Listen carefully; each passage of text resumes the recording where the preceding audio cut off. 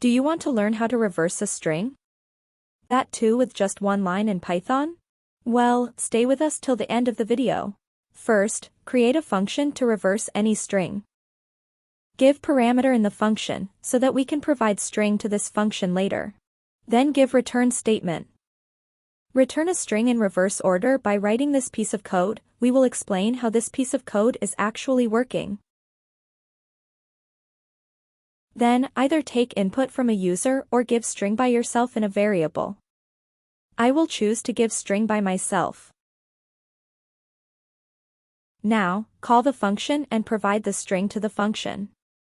On executing, you will get a reversed string. Now you can provide any string and this function will return you reverse of string. Now, let's look at the main part of code. This is general syntax of slicing. It start with a start value, end value, and stop value. Start value is value where we want to start slicing our string. Stop defines till when string will be sliced. And step define how much bigger slicer will take a jump between one character to another. So, in our code we did not give start value, which means that this slicer will take default start value. Neither we have given end value, so it is also a default value.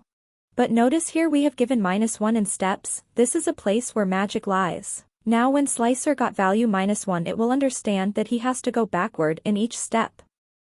So default values of start and stop will be set in reverse. Now our slicer will start from last value and end at first value of string.